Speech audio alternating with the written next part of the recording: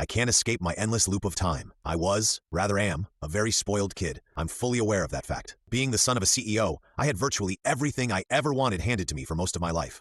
I grew up in a 2-story house on a 3-acre plot of land, complete with a pool, gym, and a sprawling yard. I was an only child, so my parents treated me better than I deserved, especially given my lack of gratitude. My childhood was filled with birthday parties that cost more than most families made in a month, vacations in luxury resorts, a never-ending supply of the latest technology. You get the idea. I was surrounded by privilege, blinded by it to the point that it never occurred to me how different life was for others. This isolation made me insufferable, even among my peers at the private school I attended during my teenage years. People would either act as my friends to get something from me, or they would openly despise me, but I didn't let it get to me. I didn't try in my classes. I didn't try to make real friends. I didn't have to. The word was mine and I knew it. I would ride my dad's coattails until I inherited his company, at which point I would have my own advisors to think for me. I had a straight path ahead of me, one of ease, relaxation, and wealth. I truly believe that God is punishing me for the selfish way I've lived my life, the way I've planned it out. I got my license when I was 16. To celebrate, my parents got me the car I had been obsessing over for the past few months.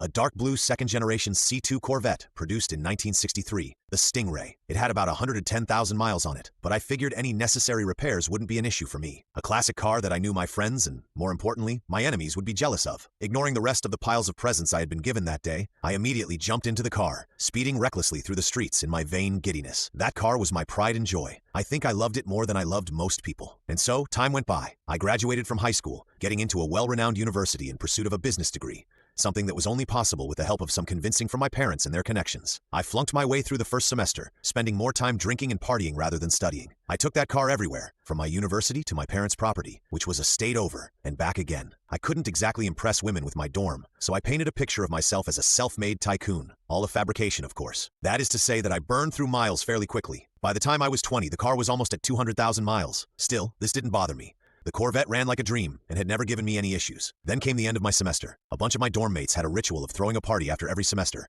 a huge celebration to kickstart summer break. I was tasked with picking up beer. As I was driving back, I shut my eyes for a moment. I thought about how lucky I was, how my life would never be difficult, how adversity is something that would never cross my path. Then I heard singing, multiple voices singing happy birthday to me. When I opened my eyes, I was no longer in my car. I was at my parents' house. It was my 16th birthday, and I was sitting at a table surrounded by gifts with a massive birthday cake on the table in front of me.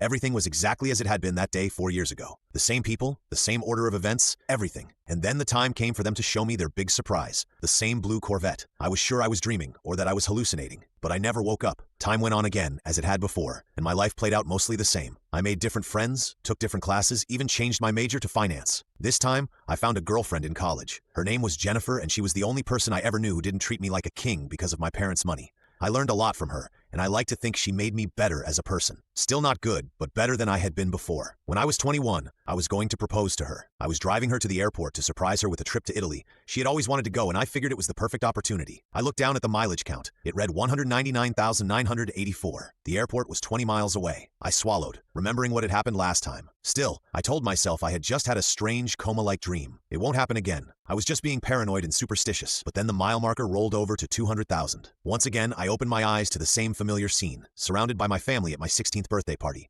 I left the party immediately. I was panicking. I thought maybe I was insane, maybe none of this was real. Maybe I really was in some sort of coma or nightmare. But no such luck. Or rather, if that is the case, I have yet to escape whatever sleep I'm in. This time, I refused to drive that car. I refused to drive at all. The classic Corvette stood in the garage gathering dust. I walked or cycled whenever I needed to be somewhere, and this worked for a long time. Given the position I had, I was able to be relatively sedentary. I graduated college, got a job at my father's company, even convinced Jennifer to marry me, this now being my second attempt. We started a family together, and our daughter was born when I was 31. We named her Amelia, after Jennifer's grandmother. One Sunday afternoon, I was cleaning out my garage when I decided to check the old car. Maybe it really all had been a trick of my mind. My heart sank. The mileage read 199,997. I called my parents. Maybe they had borrowed it without asking me. But no, this car had been sitting here since I was 16.